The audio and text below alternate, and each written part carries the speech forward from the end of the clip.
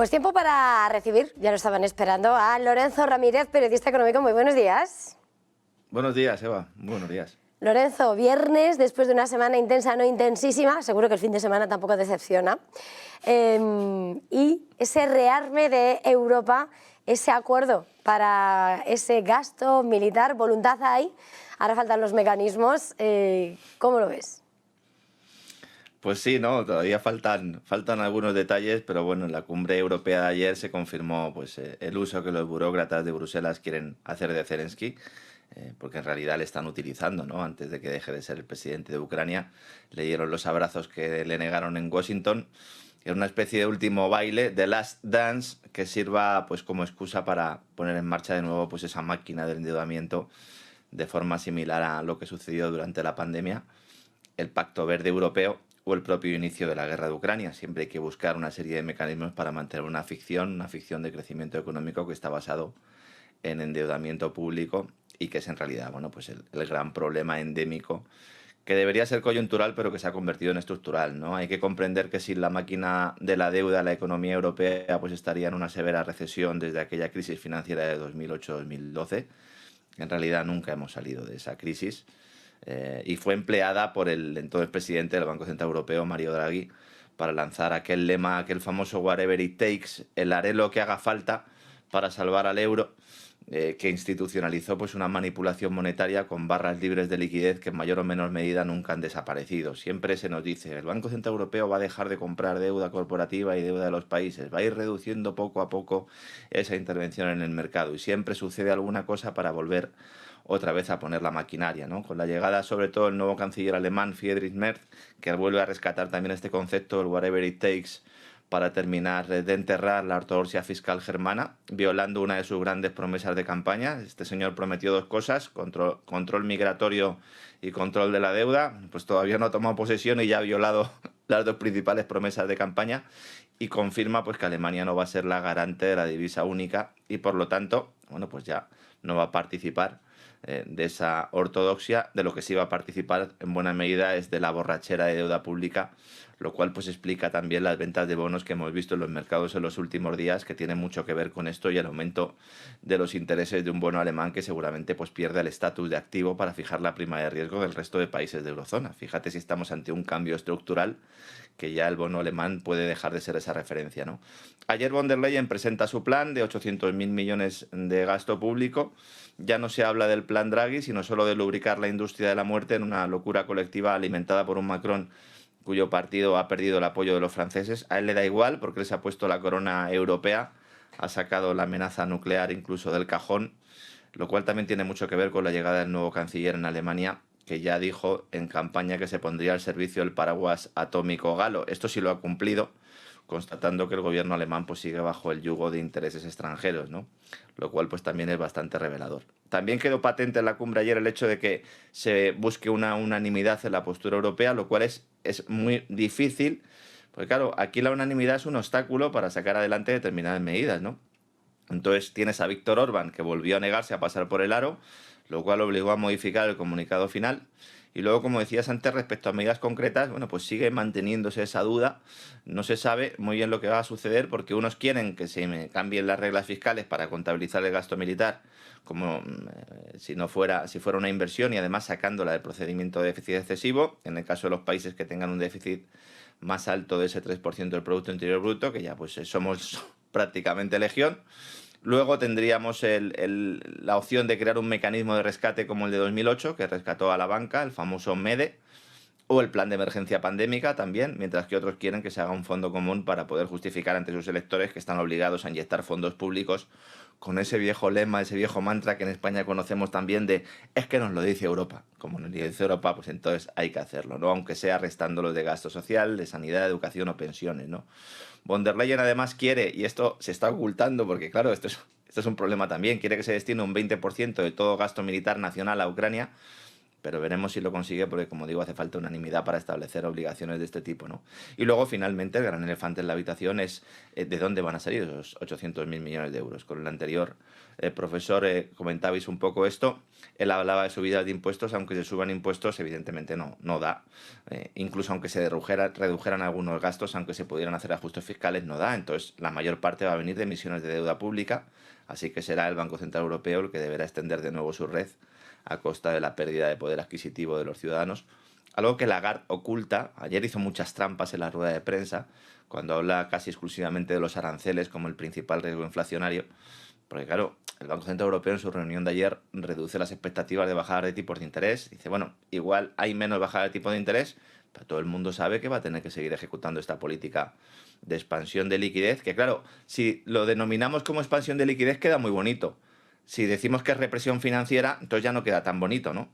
Para financiar un gasto militar que no es productivo. Eso también es importante. Es decir, si tú inviertes y destinas endeudamiento, o si emites deuda para realizar una serie de inversiones, te puedes equivocar, ¿no? Puedes entregárselo a empresas que luego finalmente pues, no puedan competir en un mercado internacional, pero el gasto militar esencialmente no es productivo. O sea, esa idea que se nos ha vendido a lo largo de la historia de que, bueno, es que con las guerras se produce crecimiento económico, no. Con las guerras se destruye economía y luego se justifica el poder emitir deuda para poder rescatarlas, ¿no? Que es una gran trampa, la cual pues estamos ya muchos años metidos, sobre todo desde que se abandonó ese patrón oro-dólar. Todo esto, pues claro, como son mecanismos, como son cuestiones que subyacen debajo del sistema, normalmente no se tienen en cuenta y yo creo que hay que ponerlas sobre la mesa para poder entender realmente que es necesario que siempre haya una emergencia ficticia o real para ir poder justificando pues todo este proceso que al final pues redunda en menos poder adquisitivo para los ciudadanos y en una depreciación de la moneda progresiva, que como el resto de monedas también están metidas en la misma película, pues a veces no es tan evidente. ¿Va? En este escenario, Lorenzo, quería preguntarte, la semana que viene, por cierto, va a haber reunión de estadounidenses y de ucranianos, parece ser en Arabia Saudí, y llega después de haber suspendido el envío de ayuda militar y esa inteligencia ucraniana donde bueno, dice Kellogg's que eso es para animar a la diplomacia. ¿Cuál es esa verdad de ese bloqueo de Trump a la inteligencia ucraniana? Bueno, la verdad es que ha sido una buena operación mediática, ¿no? Esa supuesta negativa del Pentágono de entregar información de inteligencia al ejército y a los espías ucranianos. Prácticamente era una noticia con la que hace un par de días casi nos desayunábamos, ¿no? Además también se hablaba supuestamente de retirarles el apoyo de los satélites, ¿no? Con lo cual también entraba en la terna, ¿no? Esa empresa Starlink que está dando servicios de internet. Se mezclan churras con merinas porque los satélites militares no son los que está empleando Starlink y al final pues no se habla de los satélites importantes, que son aquellos que son indispensables para poder utilizar los sistemas de guiado de misiles.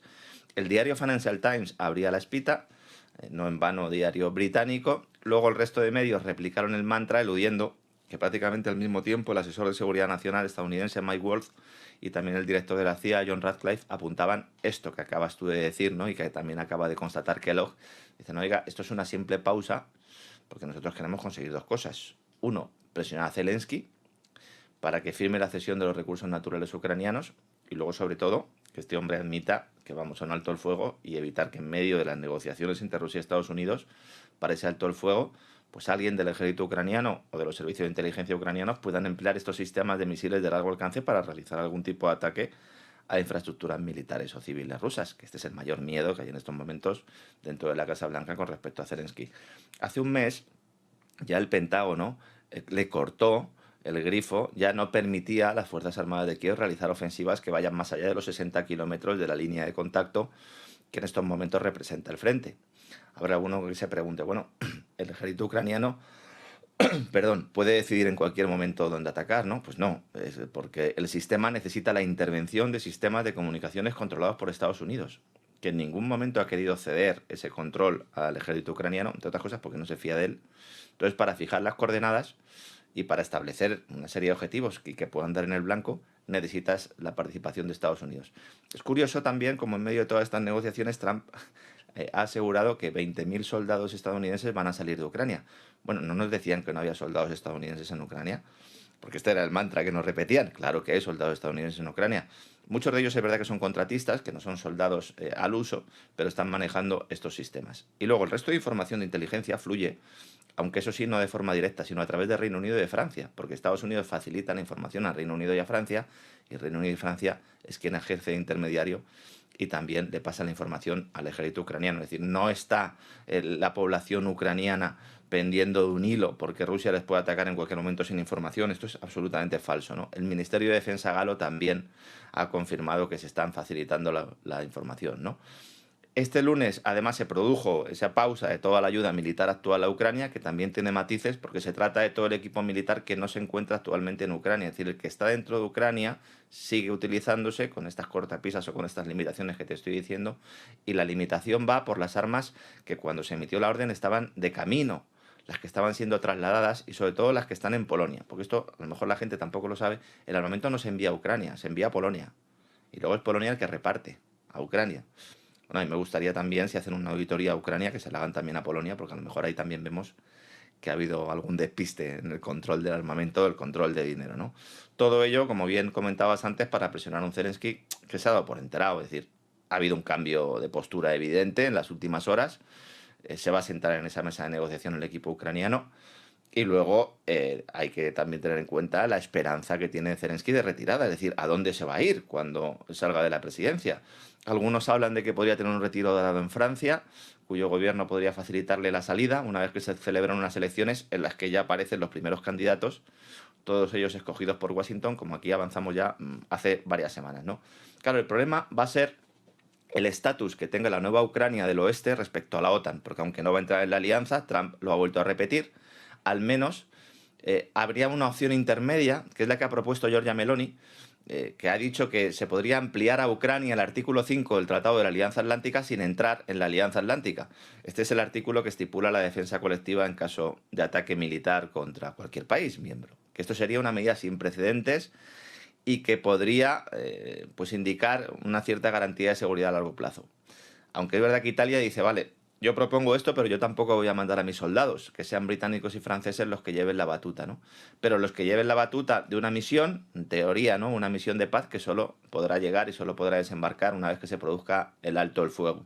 Por eso es tan importante que si Ucrania se sienta en la mesa de negociación y que, bueno, pues ya vemos cómo se empiezan a tender ciertos puentes con la mirada puesta en una conferencia de paz, que los chinos ya han dicho, ¿no? Que también quieren estar y también consideran que la Unión Europea tiene que estar, pues una vez que ya se haya pactado todo esto, pues evidentemente sí se podrá producir ese desembarco de las fuerzas o de soldados que no van a estar en el frente, sino que van a proteger a los trabajadores de las compañías que lleguen para extraer los recursos naturales y para controlar las infraestructuras del país, como ha pasado evidentemente en otros casos, en otros momentos, cuando la famosa reconstrucción de Irak, los soldados donde estaban era alrededor de los pozos de petróleo.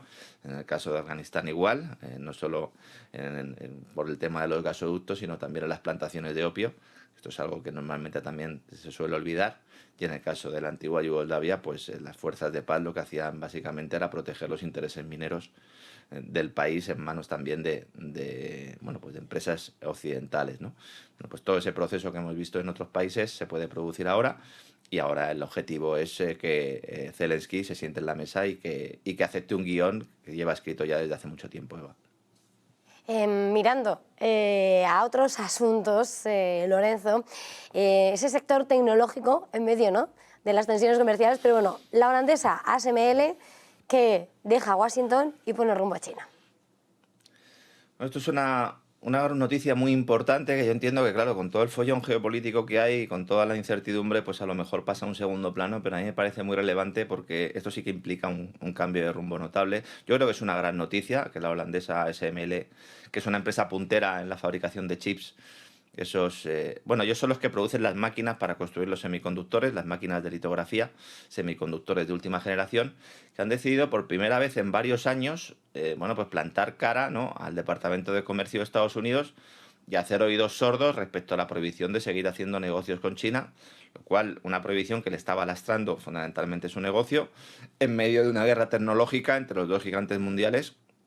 Que fíjate cómo será la cosa, que si el Departamento de Comercio de Estados Unidos tiene el poder para poder decidir dónde tiene que invertir una empresa holandesa, No, pues cuando nos hablan de injerencias extranjeras y estas cosas, pues a lo mejor lo tenemos que tener en cuenta, ¿no?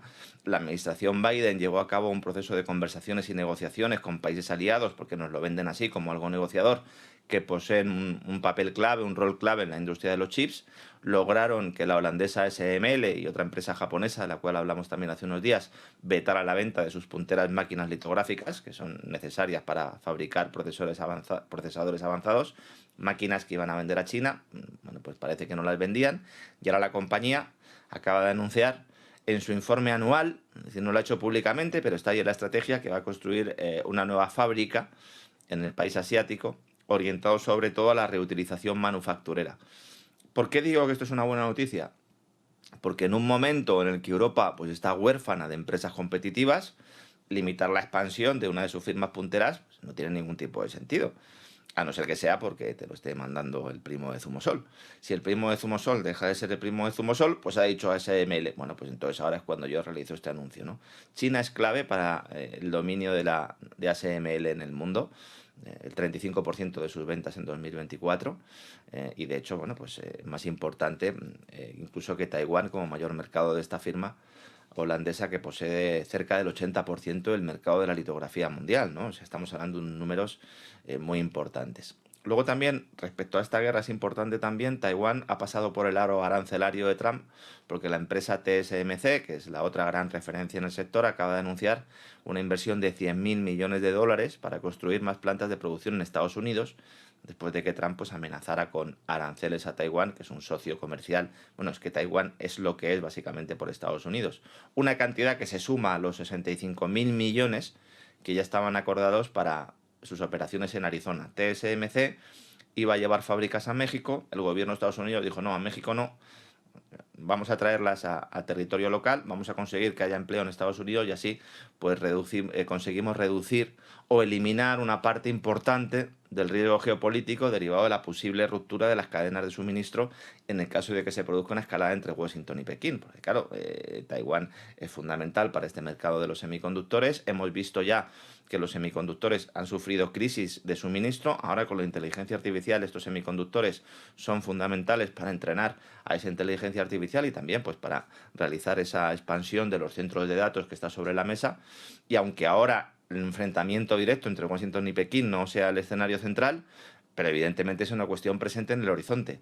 Y luego aquí hay un componente geopolítico muy interesante, porque claro, al mismo tiempo que Estados Unidos se garantiza ese suministro y se quita un riesgo, el riesgo lo pone en una Taiwán que hasta ahora pues se había considerado como una defensa el escudo de silicio, se denominaba, ¿no? Dice, oiga, usted está produciendo los chips, bueno, pues entonces evidentemente Estados Unidos tiene que defenderle a usted, pero claro, si los chips se los llevan, si la producción se la llevan a Estados Unidos, bueno, pues va a haber ahí un problema en materia de defensa. Y si las plantas se llevan a Estados Unidos, pues el incentivo desaparece. Y esto puede ser determinante para un territorio que, recordemos, solo es reconocido como Estado independiente por 14 países, entre los cuales no está el país norteamericano, a pesar de lo cual tanto Estados Unidos como también la Unión Europea mantienen relaciones diplomáticas no oficiales.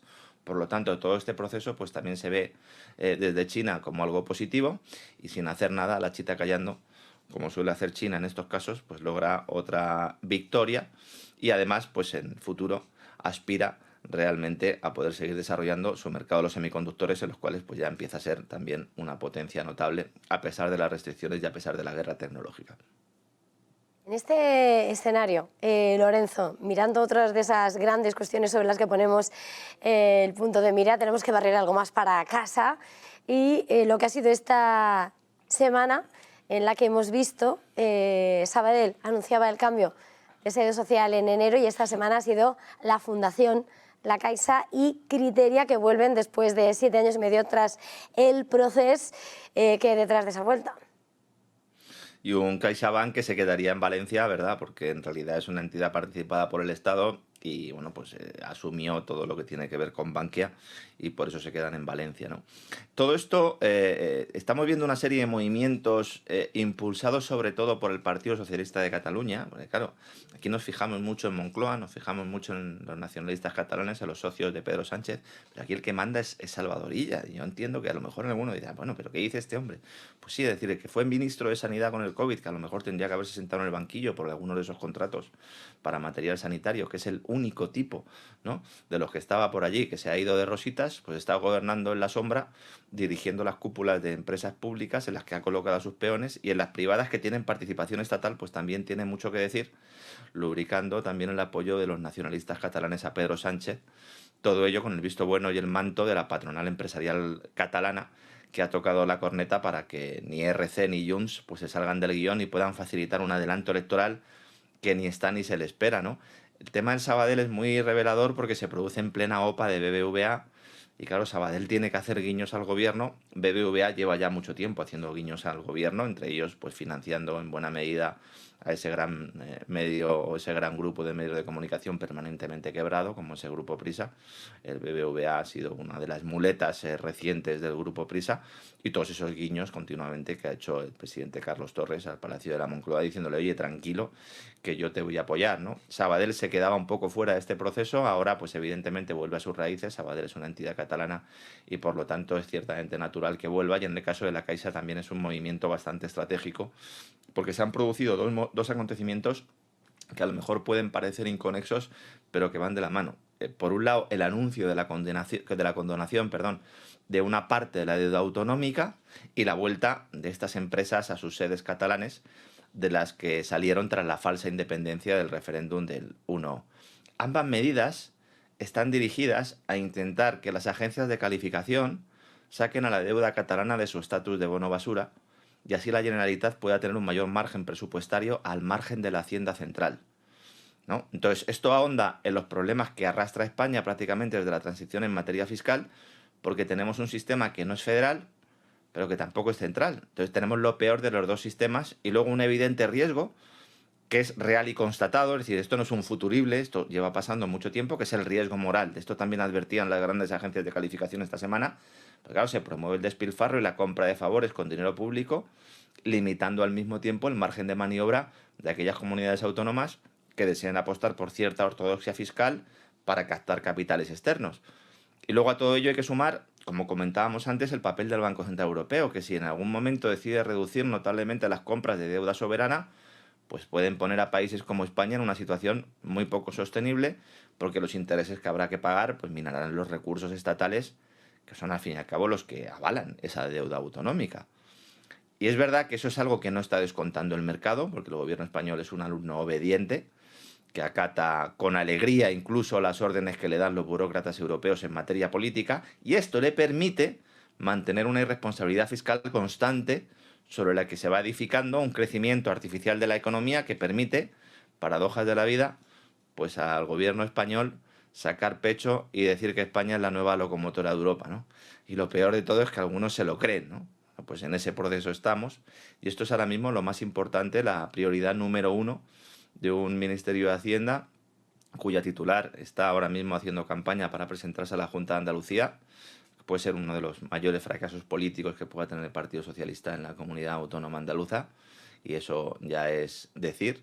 Y luego un gobierno que tiene que mantenerse como sea, ¿no? No va a haber elecciones anticipadas. Yo entiendo que haya partidos de la oposición que sigan confiando en ello, pero desde que Foment del Trabal tocó la corneta, como digo, y ahora con estos movimientos de vuelta de las sedes de determinadas empresas a Cataluña, parece que se va afianzando el papel de Pedro Sánchez, el papel de control de sus socios internos, y aunque no se aprueben medidas legislativas de calado, pues nada hace augurar, ¿no?, que se puedan anticipar esas elecciones, con lo cual, bueno, yo entiendo que haya mucha gente que no le gusta, pero creo que tenemos Pedro Sánchez para rato, Eva.